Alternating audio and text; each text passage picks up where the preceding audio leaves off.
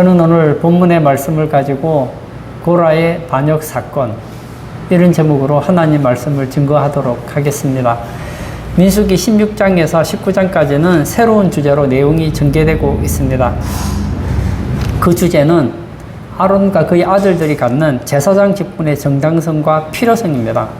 민수기 16장에서 다루는 첫 번째 사건은 이 고라의 반역 사건이 기록되어 있습니다. 민수기에 기록된 사건 가운데 이 가데스 바네아 사건은 굉장히 중요한 사건입니다. 그들이 광야에서 했던 것들이 대부분 불평을 했다는 거예요.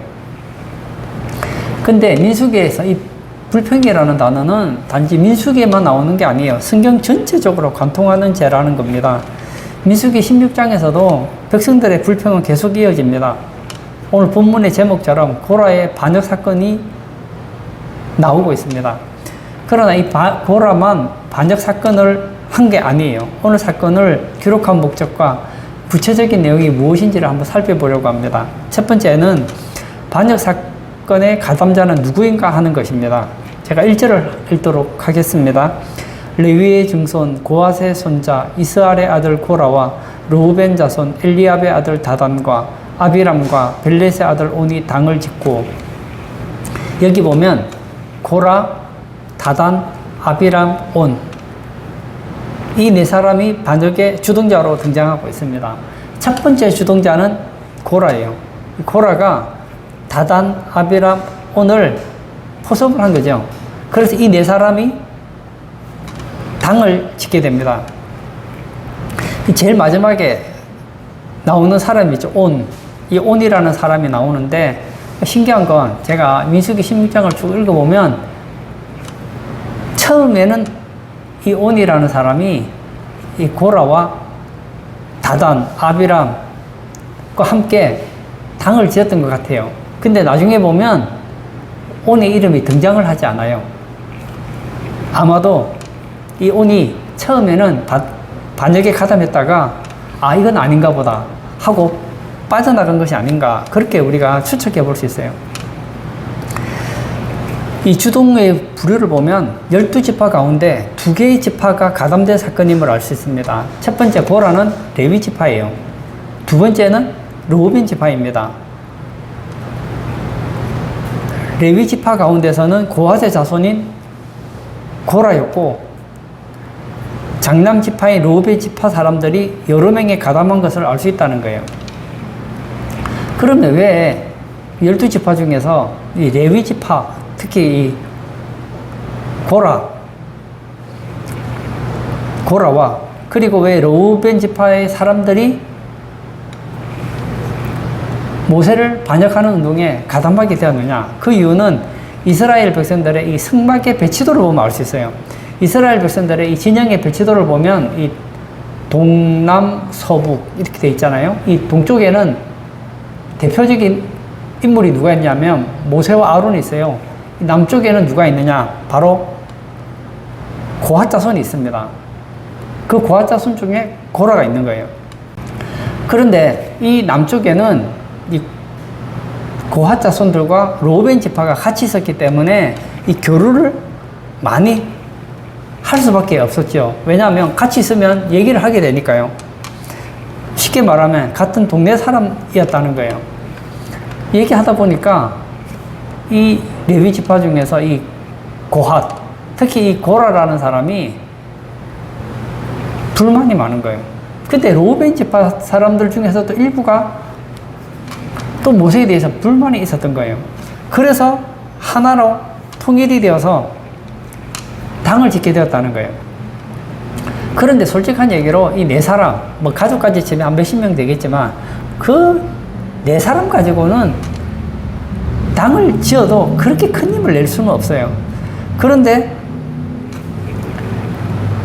조금 더 지나면 사람이 더 확대되는 것을 보게 된단 말이에요. 우리가 누구를 만나는가 하는 거 참 중요합니다. 저는 사람을 만나면 이 두통을 일으키는 사람이 있어요. 만나면 남 불평하고 원망하고 그 씹는 사람들이 있어요. 그런 사람들 얘기를 들으면 짜증이 나요. 그래서 제가 뭐 뉴스를 보지 말라는 게 아니에요. 저는 인터넷으로 세상이 어떻게 돌아가야 되는지 알아야 되기 때문에 뉴스를 보긴 봐요. 저는 눈으로 보지 TV로는 잘 안 봐요. 뉴스에 펜을 달라와서 얘기하는 거 듣다 보면 막 제가 그냥 막 스트레스를 받아요.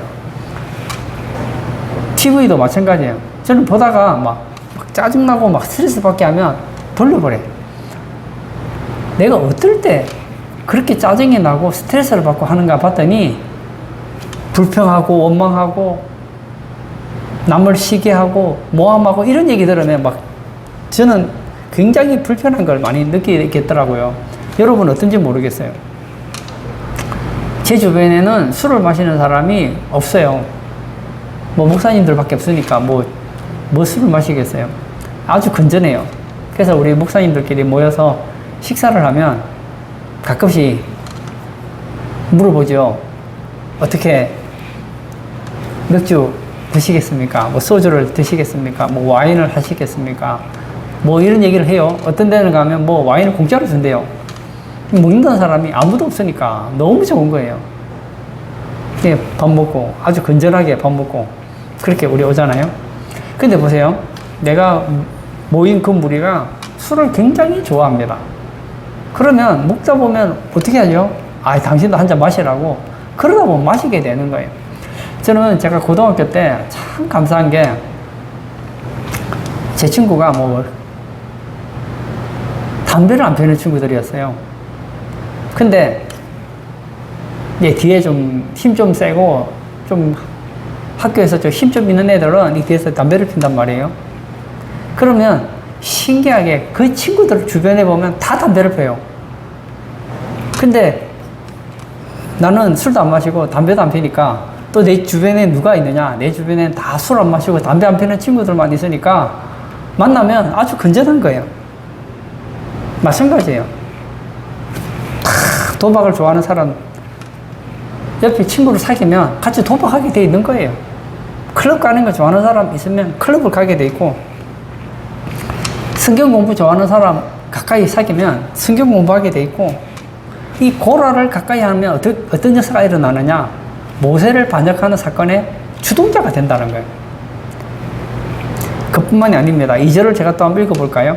이스라엘 자손 총회에서 택함을 받은 자, 곧 회중 가운데에서 이름 있는 지휘관 250명과 함께 일어나서 모세를 거스르니라. 이 네 사람이 이제 주동이 되어서 어떻게 합니까?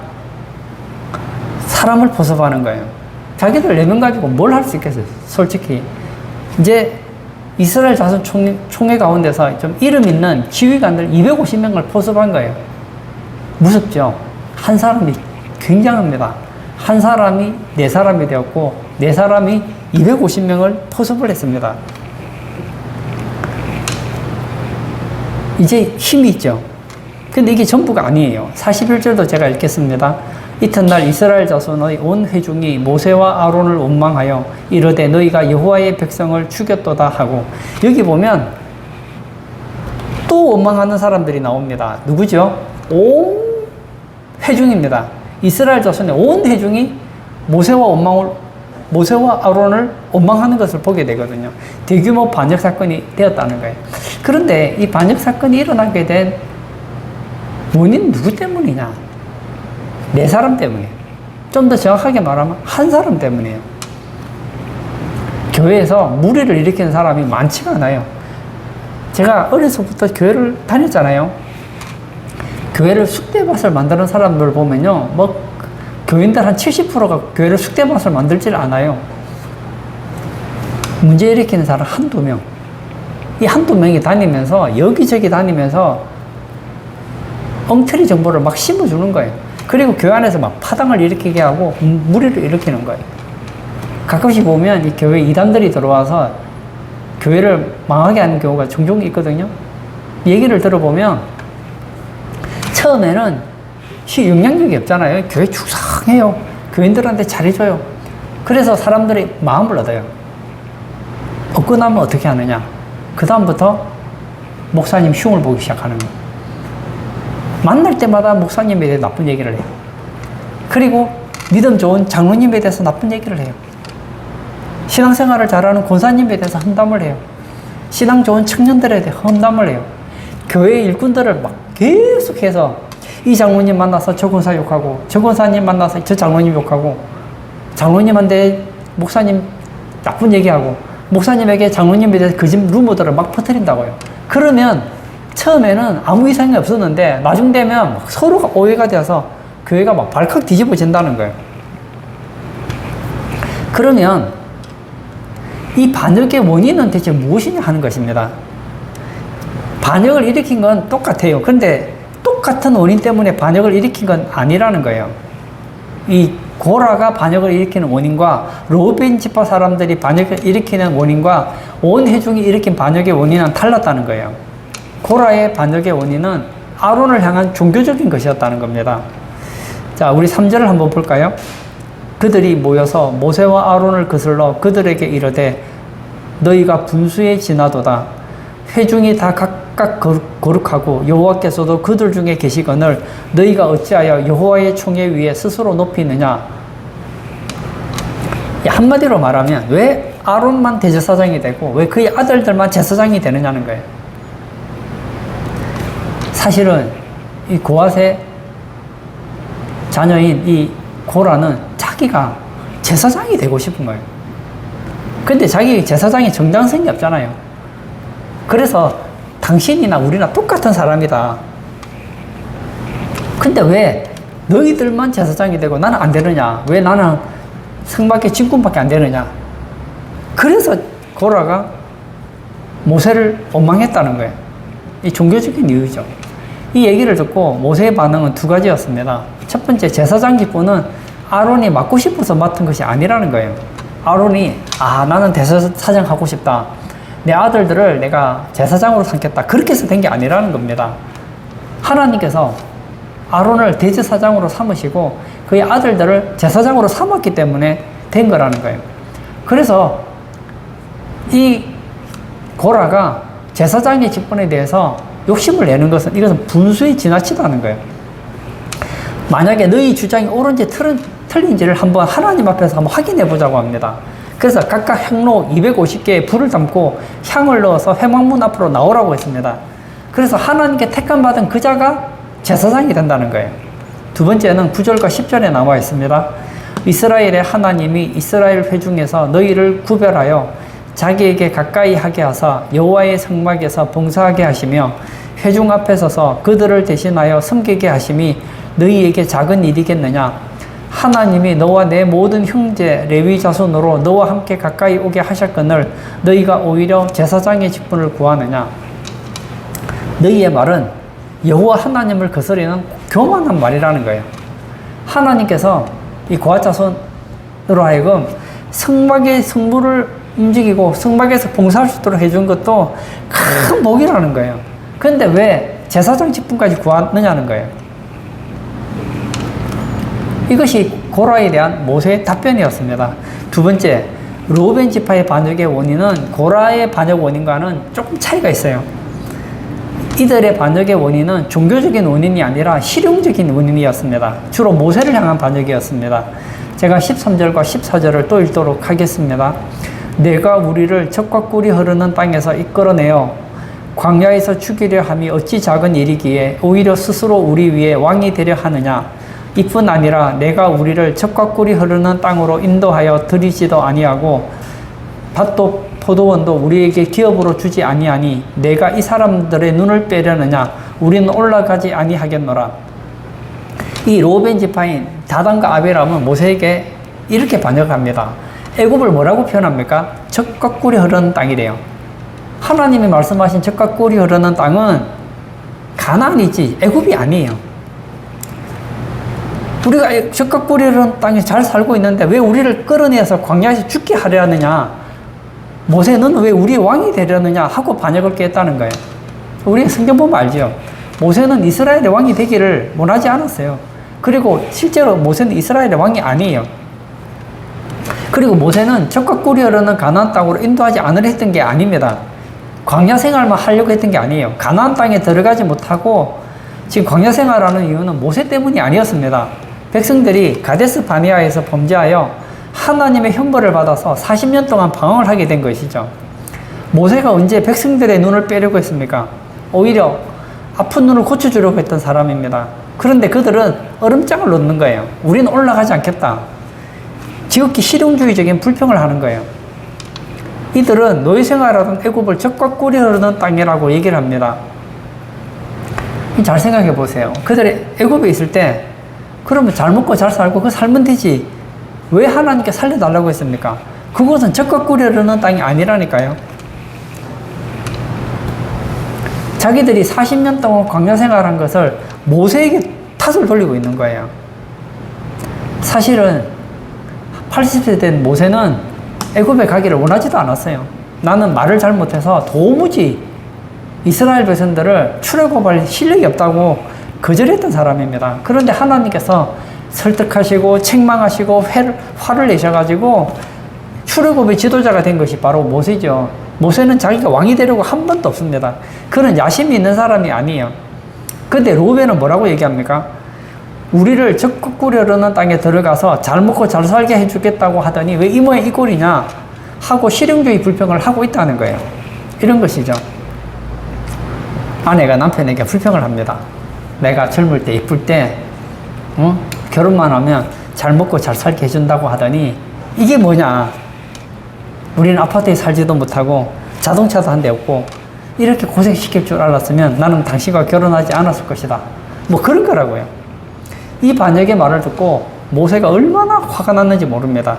15절 볼까요? 모세가 심히 노하여 여호와께 여짜오되 주는 그들의 헌물을 돌아보지 마옵소서. 나는 그들의 낙이 하나도 빼앗지 아니하였고 그들 중에 한 사람도 해하지 아니하였나이다 하고 모세가 얼마나 화가 났든지 그들의 예물을 돌아보지도 마시고 예물을 드려도 받지 말아달라고 간구했습니다. 모세가 5년 사람이잖아요. 얼마나 지금 분노가 컸는지를 알 수 있습니다. 그리고 회중의 반역의 원인은 아주 피상적이에요. 그들은 사건의 깊은 원인을 생각하지 않고 현상만 보고 판단했다는 거예요. 41절 한번 볼까요? 이튿날 이스라엘 자손의 온 회중이 모세와 아론을 원망하여 이르되 너희가 여호와의 백성을 죽였도다 하고, 죽긴 죽었어요. 죽긴 죽었는데 누가 죽였습니까? 너희가 여호와의 백성을 죽였도다. 모세가 죽인 게 아니에요. 하나님께서 반역을 한 고라와 다단과 아비람을 죽이시고 250명의 족장을 죽이셨던 거예요. 그런데 이튿날 회중이 일어나서 뭐라고 합니까? 너희가 여호와의 백성들을 죽였다. 그렇게 말을 하는 거예요. 안 죽였어요. 모세와 아론이 굉장히 당황했어요. 회중에게 무슨 말을 꺼내기도 전에 하나님의 영광이 회중 가운데 나타났습니다. 그리고 순식간에 연병이 퍼집니다. 그리고는 14,700명이 목숨을 잃게 됩니다. 이걸 보고 막 모세가 아론에게 속죄 제사를 드리게 하죠. 아론은 급히 분향단을 가져와서 하나님 앞에서 산자와 죽은 자 사이에 제사를 드렸습니다. 그랬더니 하나님께서 그 제사를 받으시고 연병을 그치셨다는 거예요. 여러분, 만약 아론이 없었다면, 아론이 제사를 하지 않았더라면 회중들은 모두 죽임을 당했을 거예요. 그러므로 이 민수기 16장은 아론의 제사장 직분은 정당하고, 그리고 아론의 제사장 직분은 반드시 필요하다는 걸 가르쳐 준다는 겁니다. 세 번째, 모세와 아론은 이 반역 사건을 어떻게 해결합니까? 어떻게 해결했죠? 지금 온 이스라엘의 회중들이 지금 모세와 아론을 죽이려고 하는데 모세와 아론이 무슨 소리를 해결합니까? 하나님께 맡겼다는 거예요. 16절과 18절을 제가 읽겠습니다. 이에 모세가 아론의 고라에게 이르되 너와 너의 온 무리는 아론과 함께 내일 여호와 앞으로 나아오되 너희는 제각기 향로를 들고 그 위에 향을 얹고 각 사람이 그 향로를 여호와 앞으로 가져오라. 향로는 모두 250개라. 너와 아론도 각각 향로를 가지고 올지니라. 그들이 제각기 향로를 가져다가 불을 담고 향을 그 위에 얹고 모세와 아론과 더불어 회막문에 서니라. 모세는 반역에 간담한 사람들에게 말을 합니다. 너희가 내일 아침 각기 향로를 들고 나오되 불을 담고 향을 놓아서 회막문 앞으로 나오라. 그러면 우리도 나아가겠다는 거예요. 그리고 하나님의 판결을 기다리자는 거예요. 만약에 하나님께서 고라 편을 들어주시면 우리는 죽을 것이고, 하나님이 우리 편을 들어주시면 너희가 죽을 것이라는 거예요.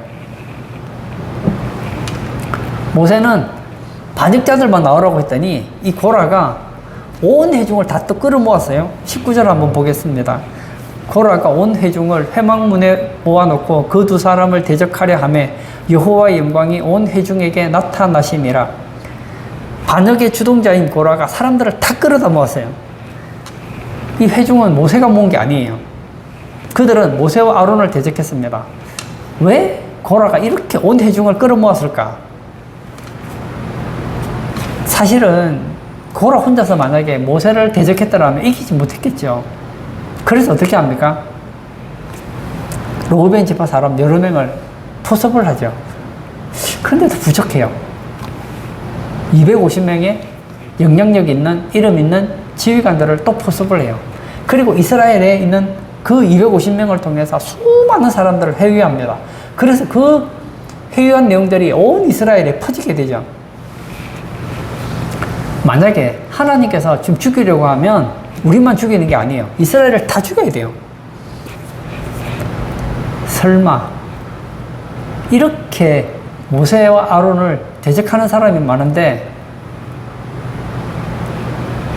우리를 죽이실까?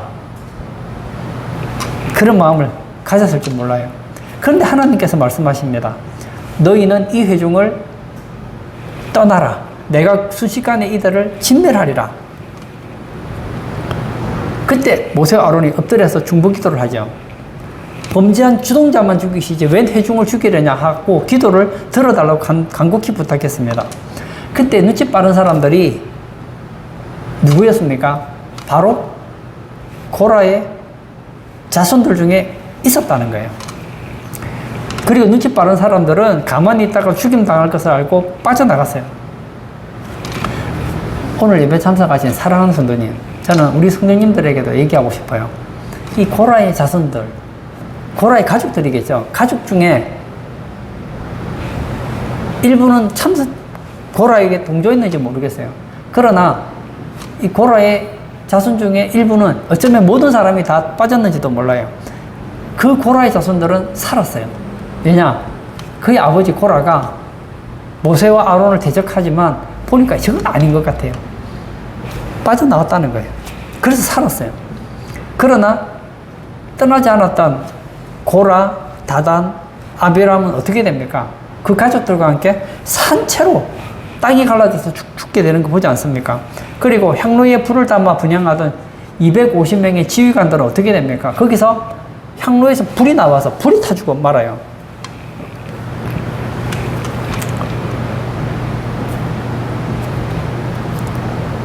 오늘 예배 참석하신 사랑하는 성도님, 복 있는 사람은 죄인의 길에 서지 않는다고 했습니다. 저는 우리 성도님들이 망할 자리에 같이 하지 않기를 바라요. 그리고 남을 험담하고 욕하고 비방하거든 가만히 들으세요. 그리고 가만히 있으면 나도 욕할 것 같으면 그냥 모르는 척 나가세요. 제가 최근에 어떤 한 사람의 행동을 보고 제가 참 감동을 받았어요. TV에서 제가 이걸 봤는데요. 어떤 사람이 자기 비밀 얘기를 하려고 하는 거예요. 그리고는 같이 있는 사람에게 얘기를 했어요. 이건 비밀이니까 다른 사람에게 절대 말해서는 안 됩니다. 비밀은 말하는 순간 비밀이 아니에요. 비밀을 들었어요. 근데 말하다 보면 아무 생각 없이 말할 수가 있잖아요. 근데 듣던 한 사람이 갑자기 일어나 나가는 거예요. 그리고 뭐라고 하느냐 하면 저는 1%의 여지도 남기지 않기 위해서 저는 나가겠습니다 하고 그 얘기를 듣지를 않아요. 보세요. 듣지를 않으면 그 사람의 비밀을 말할 얘기가 없잖아요. 여러분, 누군가가 여러분과 같이 모여서 목회자를 욕하고 교회를 욕하고 청년부를 욕하고 그리고 비방하고 원망하거든. 그냥 나가버리세요. 지혜로운 거예요. 고라의 후손들은 그래서 살아남은 거예요. 안 그랬으면 시편에 나오는 고라의 시는 나오지도 않는 거예요. 그러면 이 고라의 반역 사건을 기록해둔 궁극적인 기록 목적은 무엇일까요? 그 이유는 40절에서 볼 수 있습니다. 제가 40절을 읽겠습니다. 이스라엘 자손의 기념물이 되게 하였으니 이는 아론 자손이 아닌 다른 사람은 여호와 앞에 분향하러 가까이 오지 못하게 함이며 또 고라와 그의 무리와 같이 되지 않게 하기 위함이라. 여호와께서 모세를 시켜 그에게 명령하신 대로 하였더라. 무슨 얘기냐면 아론의 자손이 아닌 자는 제사장이 되지 말라는 거예요.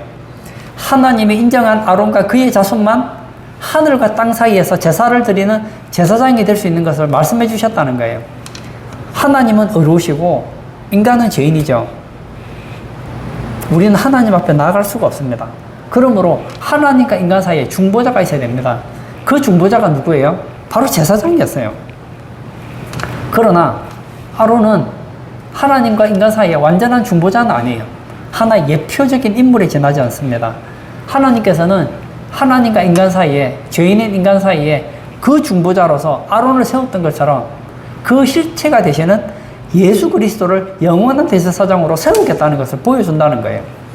누구든지 대제사장 되신 예수 그리스도를 믿는 사람은 죄에서 사함을 받고 천국을 주겠다는 거예요. 이것이 바로 복음입니다. 하늘과 땅 사이에서 하나님이 인정하신 대제사장은 오늘 본문에 보면 아론밖에 없어요. 구약시대에는 예표로서 아론이 있고 신약시대에는 실체로서 바로 예수님이 계신다는 거예요. 기억하십시오. 하나님과 인간 사이에 중보자는, 대제사장은 예수님밖에 없다는 겁니다. 히브리서 4장 14절에 그러므로 우리에게 큰 대제사장이 있으니 승천하심이 곧 하나님의 아들 예수시라. 우리가 믿는 믿음의 도리를 굳게 잡을지어다. 우리를 죄와 사망과 지옥에서 건져주시고 우리를 음부에서 건질 수 있는 분은 하나님이 인정하신 대제사장 예수님밖에 없다는 거예요. 예수님은 레위 지파의 반열에 속한 제사장이 아니었어요. 레위 지파보다 더 높은 계보인 멜기세덱의 반차를 따른 대제사장이었다는 거예요. 이 출애굽기에 보면 하나님께서 모세를 통해서 레위인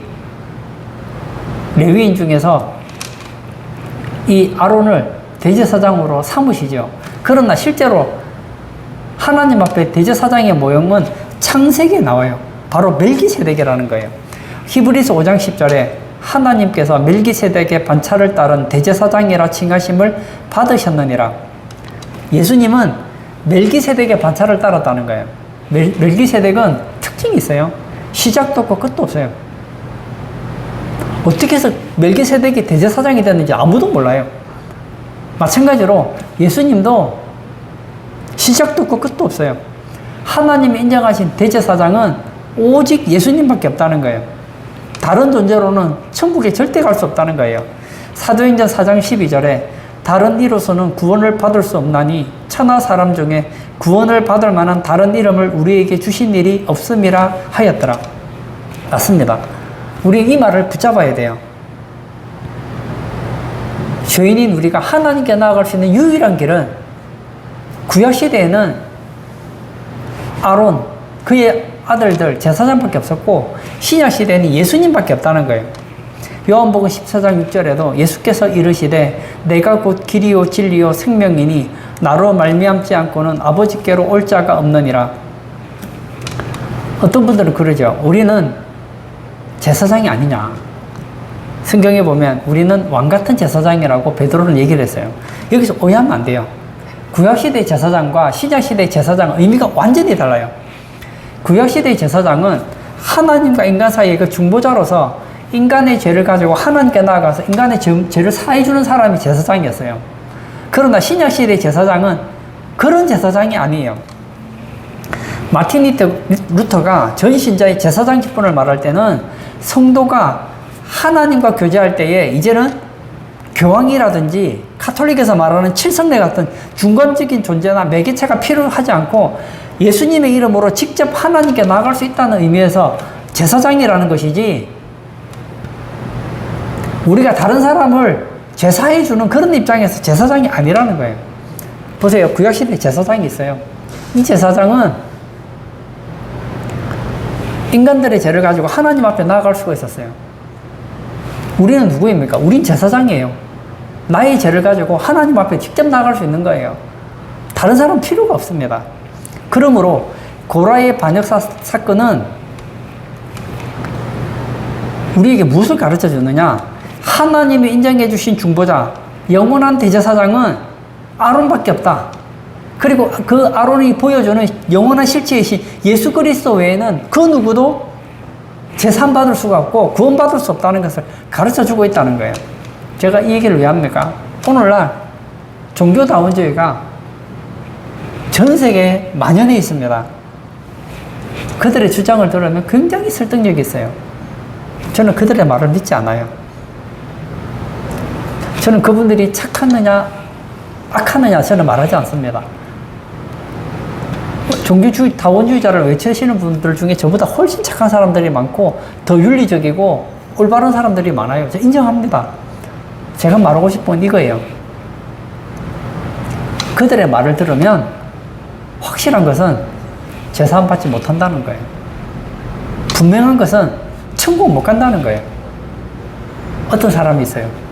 너무 착해요. 나를 사랑으로 대해주고 정말 나를 위해서라면 목숨도 아까워하지 않는 어떤 사람이 있는 거예요. 정말 내가 잘 되기를 바라요. 그리고 내가 아프다니까 나를 위해서 약물을 가지고 왔어요. 이 사람은 진짜 내 건강을 위해서 생각해서 약물을 가져다 준 거예요. 근데 그 약물의 성분을 봤더니 극약이에요, 극약. 사약이라고요. 독약이라고요. 그거 먹으면 죽어요. 그 사람은 진짜 나를 위해서, 나를 생각해서 이 약을 먹으면 너는 건강한 몸이 될 거야. 그리고 나를 정말 생각해주고, 나를 보호해주고, 독약을 줬어요. 그 사람은 어쩌면 그게 나를 위한다고 생각했는지 몰라요. 그러나 그 약을 먹으면 어떻게 됩니까? 먹는 순간 죽는 거예요. 종교다원주의 사상을 받아들이면 그 누구도 천국에 갈 수 없다는 거예요. 만약에 여러분이 나중에 교회를 옮기셔서 어느 교회를 다니는데 만약 목사님이 설교 시간에 여러분 예수님 안 믿고 아무 종교나 믿어도 천국 가는데 문제 없습니다. 가톨릭처럼 그런 얘기하면 말할 필요도 없어요. 그 교회 떠나가세요. 그 교회는 여러분을 지옥으로 보내는 교회고 그의 가르침은 여러분들을 지옥으로 이끌어가는 거짓 선지자지 참 가르침이 아니라는 거예요. 오늘 예배 참석하신 사랑하는 성도님, 하나님께서는 왜 모세와 아론을 지켜주십니까? 고라가 왜 반역하는데 하나님은 고라 편을 들지 않고 모세 편을 들고 아론의 편을 듭니까? 이 모세와 아론은 예수님의 예표거든요. 이스라엘 백성들을 가나안 땅으로 인도해 줄 수 있는 분은 모세밖에 없어요. 하나님과 인간 사이에서 죄 문제를 해결해 줄 수 있는 사람은 아론밖에 없어요. 오늘 예배 참석하신 우리 사랑하는 성도님은 하나님과 우리 사이에 대제사장은 아무나 될 수 없다. 고라가 원한다고 될 수 있는 게 아니에요. 하나님이 인정하는 유일한 대제사장은 예수 아론밖에 없다는 것을 깨달으시고 오직 예수님 중심의 신앙생활하는 그런 복된 성도님 다 되시기를 축복합니다. 네, 이 시간 우리 한번 같이 기도하기를 원합니다. 고라는 마음에 욕심이 생겼어요. 내가 제사장에도 잘할 수 있는데 아론 없이도 아론의 아들 없어도 우리들도 제사장 노릇할 수 있는데 못한다니까요. 그래서 다 죽는 거예요. 오늘날 종교주의자들이 외치는 것이 무엇입니까? 예수 아니라도 천국 들어갈 수 있는 길은 얼마든지 있는데 그들은 맹인입니다. 자기도 지옥 가고 다른 사람들도 지옥 가게 만드는 사람이에요. 이 시간 기도할 때 하나님, 나는 하나님이 인정하는 유일한 대제사장 예수님만 믿습니다.